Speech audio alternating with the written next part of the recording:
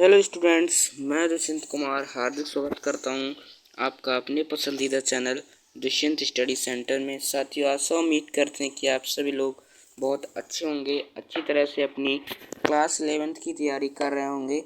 साथियों देखो, आज की जो वीडियो में हम क्लास 11th का जो NCERT बुक है उसका चैप्टर नंबर 1 एक बार फिर से हम आप लोगों को बुक के रिव्यू के साथ एकदम बढ़िया तरीके से कॉन्सेप्ट क्लियर करके देने वाले हैं एंड उस चैप्टर को बहुत अच्छे से आप लोगों तक पहुंचाने का पूरा प्रयास करने वाले हैं। तो देखो, मैं अगर आपको बुक की बात करूं तो बुक में एक बार आप लोगों को दिखा देता हूं। देखो, जो आपकी रियल सरकारी बुक है वो आपकी बुक कुछ इस तरह की है और इसी टाइप की आप लोगों को वो बुक मिलेगी। तो आप लोग देख लीजिएगा कि आपकी बुक जो है वो कैसी है, ठीक है। और इस तरह की बुक है वो, और इसमें इस तरह का ऐसे सिंबल लगा हुआ है, ठीक है। अगर मैं बात करूं तो ऐसी बुक है आप लोगों की।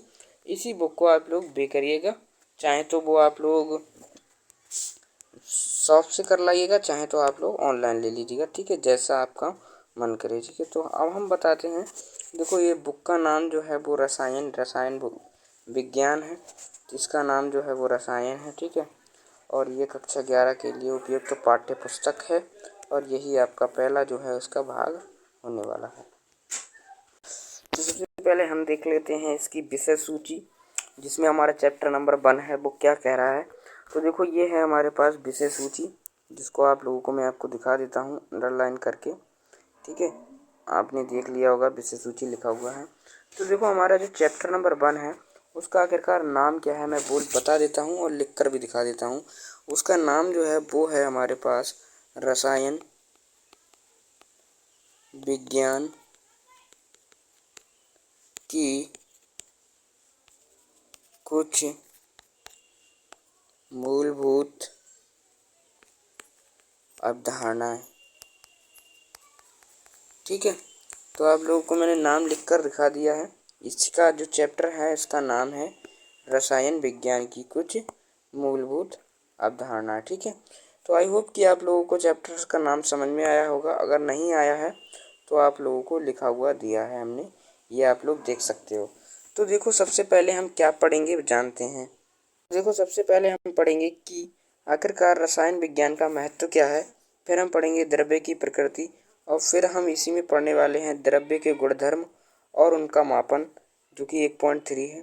फिर पढ़ने वाले हैं मापन में अनिश्चितता, और फिर उसी के बाद हम पढ़ने वाले हैं रासायनिक संयोजन के नियम, फिर डाल्टन का परमाणु सिद्धांत, और फिर हम पढ़ेंगे परमाणु द्रव्यमान और आणविक द्रव्यमान, फिर मोल संकल्पना और मोलर द्रव्यमान, प्रतिशत संघटन, और फिर हम स्टाइक्यूमीट्री और स्टाइक्यूमीट्रिक दोनों का परिकलन करने वाले हैं आज के ही वीडियो में। तो आई होप कि आप लोगों को सिलेबस समझ में आया होगा कि पहले चैप्टर का जो सिलेबस है वो हमसे क्या कह रहा है, वो आप लोगों को मेरे ख्याल से समझ में आया होगा। तो बढ़ते हैं हम चैप्टर की ओर। तो ये है आपका चैप्टर नंबर 1, जिसका नाम लिखा हुआ है रसायन विज्ञान की कुछ मूलभूत अवधारणा, यानी कि बात करें तो सम बेसिस कॉन्सेप्ट ऑफ केमिस्ट्री। अगर आप लोगों को इसका वीडियो देखना है तो इस स्कैनर को स्कैन कर सकते हो। और ये ऑफिशियली अगर मैं बात करूँ तो ये NCERT का बुक है। इसमें आप लोगों को सारी चीज़ें NCERT की ही दिखाई देंगी। तो सबसे पहले हम देखते हैं कि हमारे पास रसायन विज्ञान का आखिरकार महत्व है क्या। तो सबसे पहले थोड़ा विकास पढ़ लेते हैं, फिर हम पढ़ेंगे रसायन विज्ञान के महत्व की ओर, ठीक है। तो कह रहा है कि रसायन जैसा आज हम सब समझते हैं कि बहुत पुराना विज्ञान नहीं है। रसायन का अध्ययन केवल इसके ज्ञान के लिए नहीं किया गया, अपितु यह दो रोचक वस्तुओं को खोज के कारण उभरा। ये थी पारस पत्थर से जो लोहे और तांबे जैसी धातुओं को सोने में बदल सकता हो, अमृत जिससे अमृत प्राप्त हो जाए, ठीक है। मतलब अगर मैं बात करूं तो अमृत की, जिससे क्या हो, अमृत प्राप्त हो जाए। अमृत यानी कि अमृत प्राप्त होने वाला, अमृत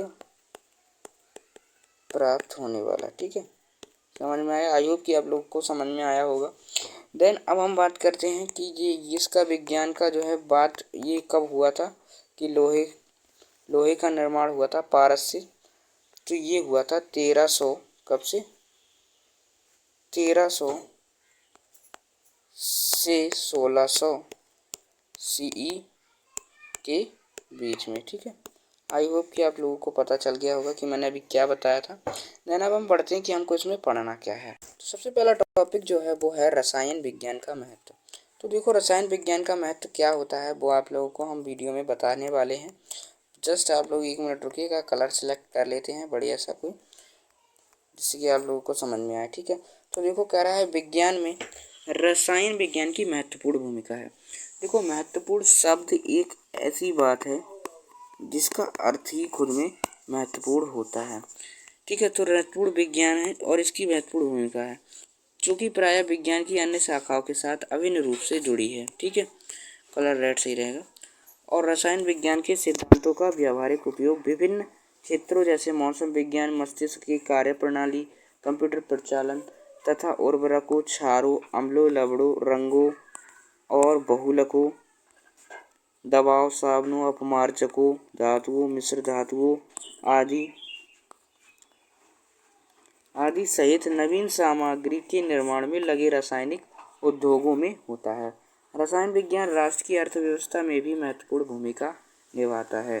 ठीक है, मानव जीवन के स्तर को ऊंचा उठाने के हेतु भोजन, स्वास्थ्य सुविधा की वस्तुएं और अन्य सामग्री की आवश्यकताओं को पूरा करने में भी इसकी महत्वपूर्ण भूमिका है। विभिन्न उर्वरकों, जीवाणुनाशकों तथा कीटनाशकों की उत्तम किस्मों का उच्च स्तर पर उत्पादन इसके कुछ उदाहरण हैं। रसायन विज्ञान प्राकृतिक स्रोतों से जीवन रक्षक है। अब आप लोगों को हम रसायन विज्ञान की परिभाषा लिखकर दिखा देते हैं कि आखिरकार रसायन विज्ञान है क्या। ठीक है, तो इसकी परिभाषा आप लोगों को लिख देते हैं जिससे कि आप लोगों को समझ में आ जाएगा कि रसायन विज्ञान क्या है।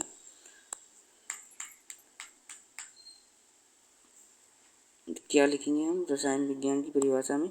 वह विज्ञान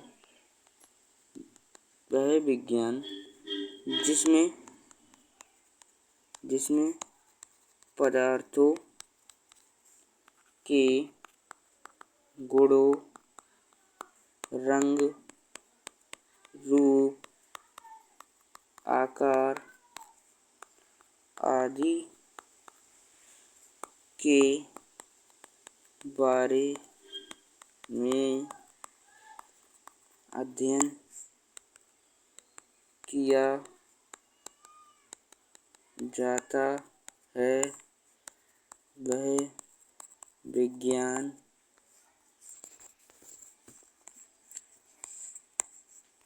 इधर लिख देता हूँ ऊपर रेड कलर से, इससे आपको पता चल जाएगा। रसायन विज्ञान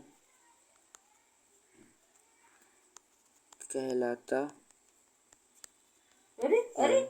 ठीक है, तो आई होप कि आप लोगों को रसायन विज्ञान की परिभाषा समझ में आ गई होगी, और नहीं आई तो आप लोग वीडियो पीछे करके देख लीजिएगा, मैंने लिख दिया है। ठीक है, तो अब हम देखते हैं कि आखिरकार हमने रसायन विज्ञान का महत्व तो पढ़ लिया कि जीवन में हमारे रसायन विज्ञान का महत्व क्या है। अब चलते हैं हम अगली हेडिंग पर। ठीक है, तो देखो द्रव्य की प्रकृति की बात करें तो अपनी पूर्व कक्षाओं से आप द्रव्य, अब देखो एक बात बताता हूँ मैं यहाँ पर, अगर मैं बात करूँ तो द्रव्य और मैं अगर बात करूँ तो द्रव, तो दोनों में मेरे भाई डिफरेंट है। अब डिफरेंट क्या है ये तो अभी आप लोगों को मैं बता ही देता हूँ कि इन दोनों में आखिरकार डिफरेंट क्या है।